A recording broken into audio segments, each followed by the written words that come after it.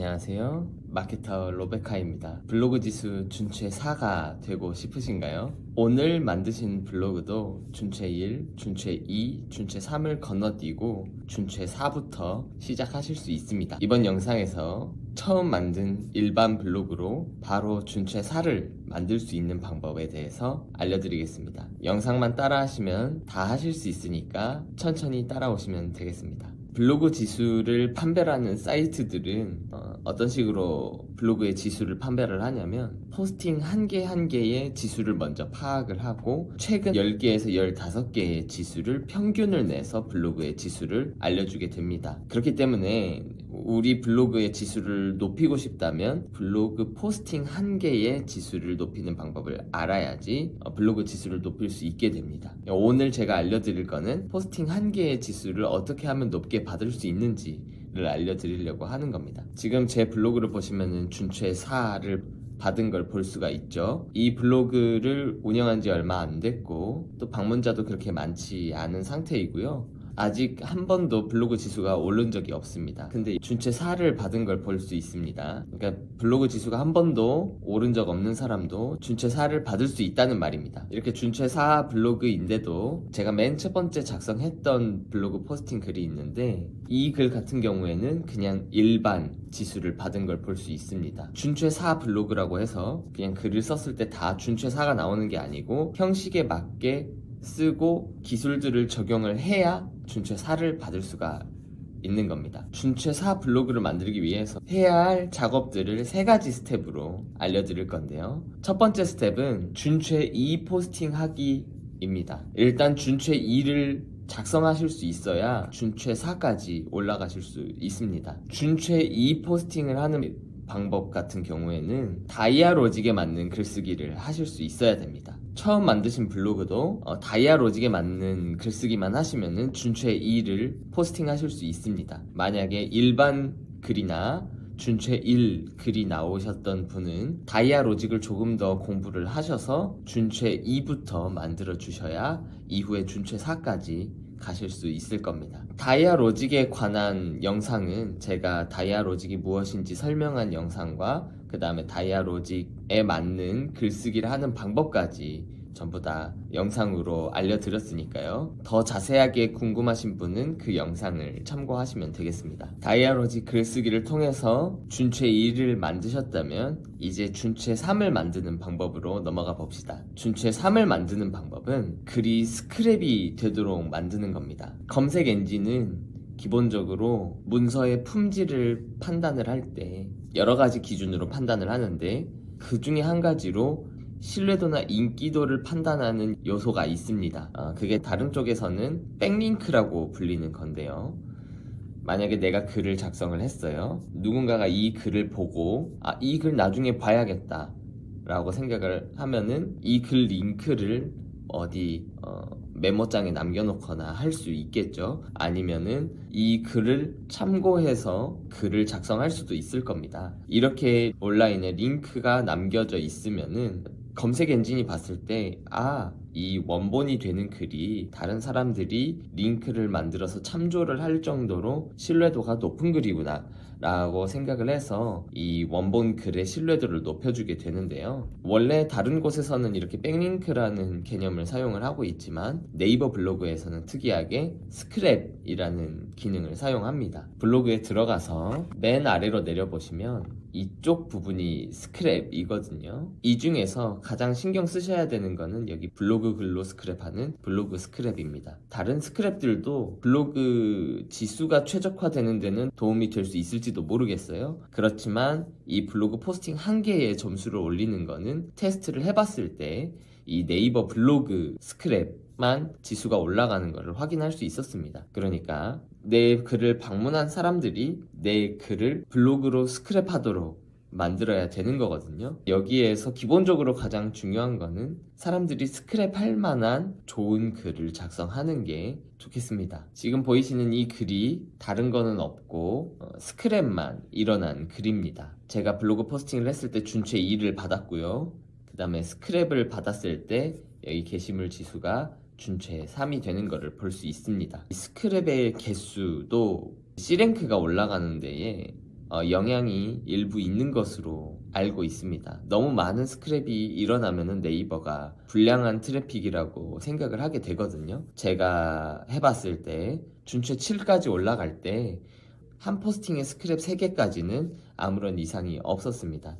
그러니까 한 3개까지는 안심하시고 만드셔도 괜찮을 것 같습니다. 자, 이제 스크랩을 통해서 블로그 지수를 준최 3까지 만드셨다면 세 번째 스텝을 통해서 준최 4로 가보셔야겠죠. 블로그 지수를 올리는 세 번째 스텝은 방문자와 활발하게 교류를 하는 것입니다. 그 중에서도 제일 중요한 게 댓글이 제일 중요합니다. 네이버에서 블로그 포스팅 한 개를 평가를 할 때 댓글 활동이 활발하게 일어나는 글을 인기가 높다고 생각을 하게 됩니다. 아까 스크랩이 발생했던 것은 신뢰도가 높다고 생각을 하게 되는 거였고, 댓글이 많이 작성이 되는 것은 인기가 많다고 생각을 하게 되는 겁니다. 댓글 작성 같은 경우에는 5개가 적히면은 이 블로그의 지수가 올라가게 됩니다. 근데 이 5개에 내가 쓴 댓글도 포함이 됩니다. 그래서 여기 보시는 것처럼 누군가가 댓글을 달아주시면 대댓글을 다는 형식으로 다셔도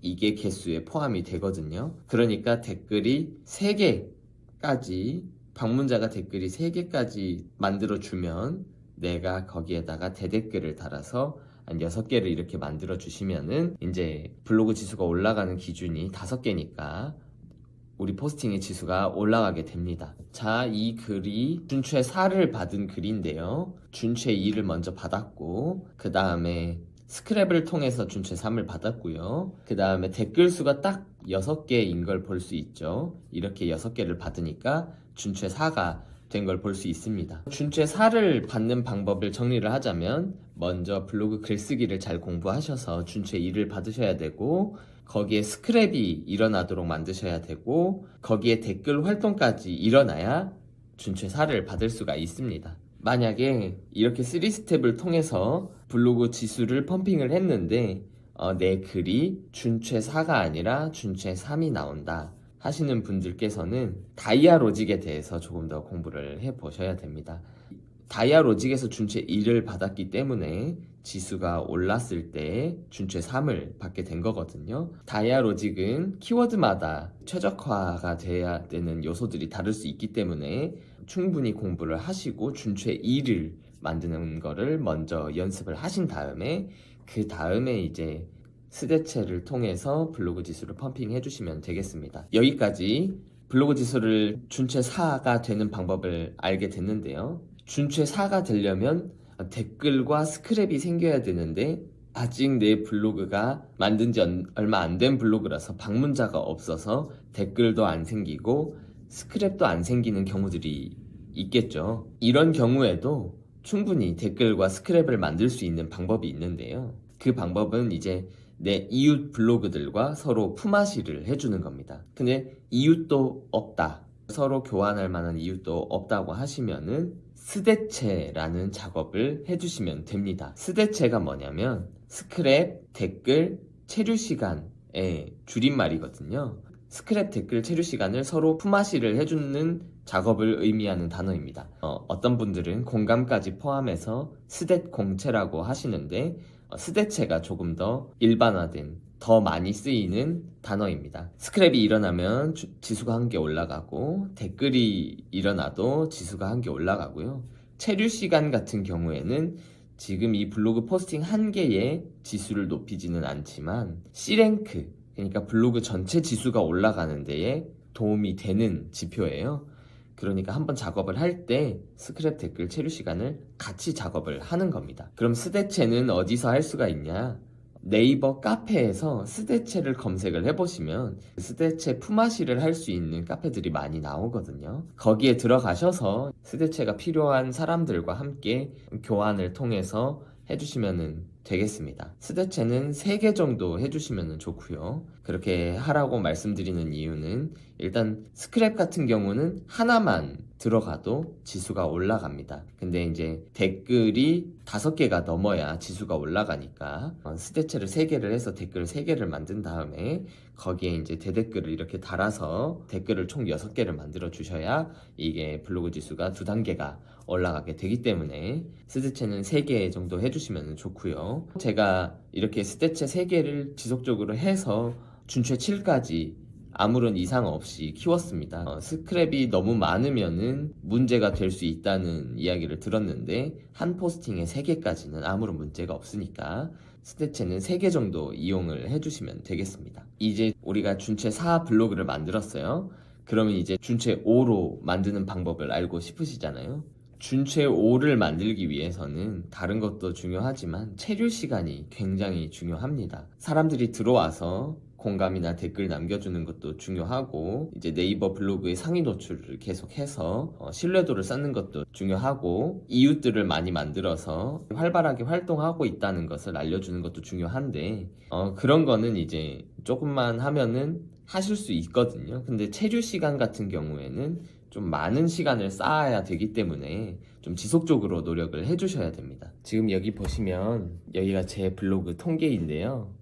이 평균 사용 시간이 저희 블로그에 들어온 사람들이 얼마나 체류했는지, 체류 시간을 뜻합니다. 지금 보면 월간 통계가 8분 3초가 나온 걸 볼 수가 있어요. 그러니까 어떤 분들은 들어오시자마자 바로 이탈이 되는 경우들도 있으니까, 어떤 분들은 10분이 넘게, 훨씬 넘게 제 글을 읽어주셨다는 겁니다. 체류 시간이 길어지게 되면 사람들이 유용하게 생각하는 정보가 많다고 네이버가 판단을 할 수 있고, 그러면은 여러 가지 방법으로 네이버에서 상위 노출을 하게 되는 경우들이 많거든요. 그러니까 체류 시간을 늘리면 상위 노출의 가능성도 올라가는 게 있고, 네이버 블로그 C랭크 지수도 최적화가 되어가는 요소 중에 하나가 체류 시간이 있기 때문에, 체류 시간은 길게 사람들이 한번 들어오면 오래 내 블로그에 머물도록 만들 수 있으면은 그게 제일 좋습니다. 그럼 어떻게 하면은 이 체류 시간을 길게 만들 수 있을까요? 제가 다음 영상에서 체류 시간을 길게 만들 수 있는 방법과 준체 5로 올라갈 수 있는 기준에 대해서 한번 말씀을 드려보도록 하겠습니다. 오늘도 긴 영상 봐주셔서 감사합니다. 마케터 로베카였습니다.